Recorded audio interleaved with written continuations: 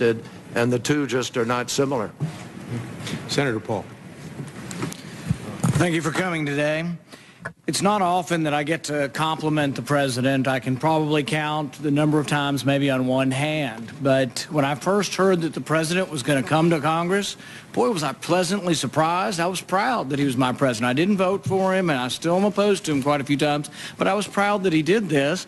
And I was just about to stand on my feet and clap and give him a standing ovation. And then I heard, well, but if I lose the vote, I'll probably go ahead and do the bombing anyway. And so it does concern me. I want to be proud of the president, but every time I'm just about there, then I get worried that really he doesn't mean it, that he's going to sort of obey the Constitution if he wins. So I heard Secretary Kerry say, if we win, sure. But if we lose, what? I mean, make me proud today, Secretary Kerry. Stand up for us and say, you're going to obey the Constitution, and if we vote you down, which is unlikely, by the way, but if we do, you would go with what the people say through their Congress, and you wouldn't go forward with a war that your Congress votes against. Can you give me a better answer, Secretary Kerry? I can't give you a different answer than the one I gave you. I don't know what the president's decision is, but I will tell you this. It ought to make you proud because he still has the constitutional authority, and he would be in keeping with the Constitution. Well, I disagree with you there. I don't believe he has the constitutional authority. I think Congress has this. Madison was very explicit. When he wrote the Federalist Papers, he wrote that history supposes, or the Constitution supposes what history demonstrates, that the executive is the branch most likely to go to war, and therefore the Constitution vested that power in the Congress. It's explicit and runs throughout all of Madison's writings. This power is a congressional power, and it is not an executive power. They didn't say big war, small war. They didn't say boots on the ground, not boots on the ground. They said declare war. Ask the people on the ships launching the missiles whether they're involved with war or not. If we do not say that the Constitution applies, if we do not say explicitly that we will abide by this vote, you're making a joke of us. You're making us into theater. And so we play constitutional theater for the president. If this is real, you will abide by the verdict of Congress. You're probably going to win. Just go ahead and say it's real, and let's have a real debate in this country and not a meaningless debate that in the end you lose and you say, oh, well, we had the authority anyway. We're going to go ahead and go to war anyway. A couple of items.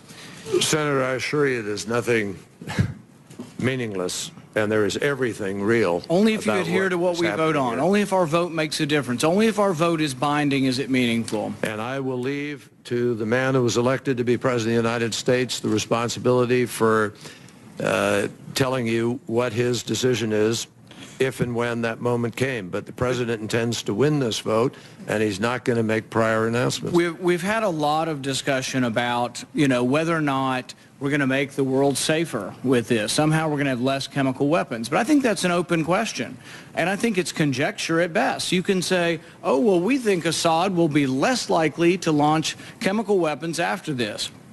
We may be able to degrade his capacity somewhat. He's got 1,000 tons. Are we going to wipe it out? Most reports I hear say we're not even probably going to directly bomb chemical weapons because of what might happen to the surrounding population. So my guess is he still will have the ability. Most people say Assad acted very illogically. Why would he release chemical weapons on his own people when it brought the anger and enmity of the entire world? So he's already acting irrationally or illogically. Now we're going to deter him, and he's going to act in a rational manner. I think it's equally likely that he either does it again or he doesn't do it. I don't think you can say for certain which is better. I don't know that we can say that by attacking them, he's not going to launch another chemical attack. Will the region, I got a few of them, then I'll stop. Will the region be more stable or less stable? We all say we want stability in the Middle East, and stability in the Middle East is a national interest for our country. Will it be more stable or less stable? I frankly think there are equal arguments on both sides of that. Will Israel be more likely to suffer an attack on them, a gas attack or otherwise, or less likely? I think there's a valid argument for saying they'll be more likely to suffer an attack if we do this. Will Russia be more likely or less likely to supply more arms or get more heavily involved in this? I think there's a valid argument that they may become more likely to be involved. Iran, more likely or less likely to be involved with this. If Iran gets involved, more likely or less likely that Israel launches a reprisal attack on Iran. There are all kinds of unknowns that I can't tell you absolutely the answer, and neither can you, but I think there's a reasonable argument that the world may be less stable because of this, and that it may not deter any chemical weapons attack. So what I would ask is, how are we to know? How are we to go home? I haven't had one person come up to me and say they're for this war. Not one person. We get calls by the thousands. Nobody's calling in favor of this war. I didn't meet one. I was home all month. I went to 40 cities. I didn't have one person come up and say, do they all agree it's a horrendous thing? Yes, we all agree that chemical attack's a horrendous thing, but people are not excited about getting involved. They also don't think it's going to work. And they're skeptical of what will occur with this. But I'd appreciate your response and try to reassure the rest of us, one, that the vote is meaningful and valid, that you'd adhere to it, and also that you're convinced that all of these different items will be better, not worse, by this attack. Well, Senator, I'd be very happy to do that. Will Israel be more likely to suffer an attack, or will they be safer? Will they be less safe? I can make it crystal clear to you that Israel will be less safe unless the United States takes this action. Iran and Hezbollah are two of the three biggest allies of Assad. And Iran and Hezbollah are the two single biggest enemies of Israel. So if Iran and Hezbollah are advantaged by the United States not curbing Assad's use of chemical weapons, there is a much greater likelihood that at some point down the road, Hezbollah, who has been one of the principal reasons for a change in the situation on the ground, will have access to these weapons of mass destruction. And Israel will for certain be less secure. But I would also argue that it would be more likely that Hezbollah will attack because of this attack in response. And Israel feels quite confident of its ability to deal with Hezbollah if they were to do so. You will notice that Israel has on several occasions in the last year seen fit to deal with threats to its security because of what's in Syria, and not once has Assad responded to that to date.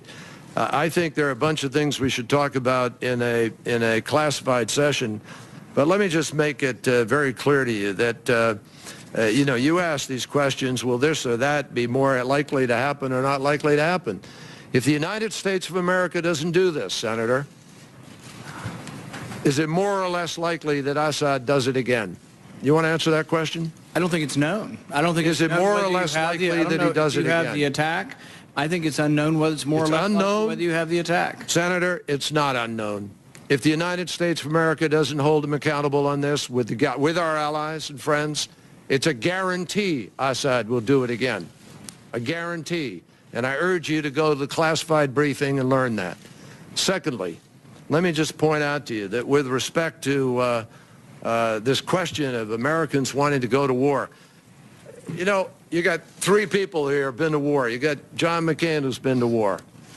There's not one of us who doesn't understand what going to war means, and we don't want to go to war. We don't believe we are going to war in the classic sense of taking American troops and America to war.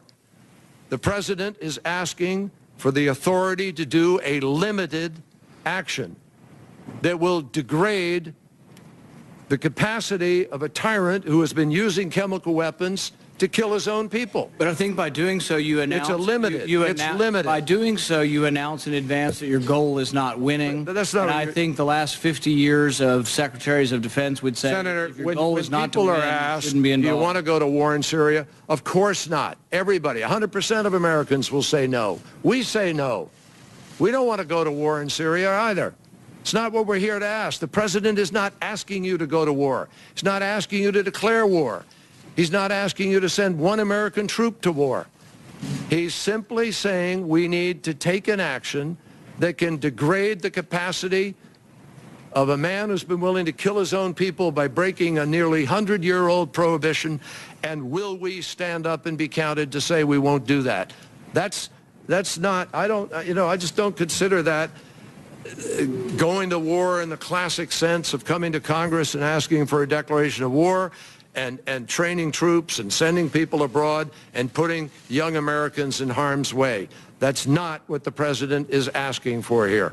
General, do you want to speak of that, all to that? No, not really, Secretary. Thank you for offering. I'd pull the rug out from under it.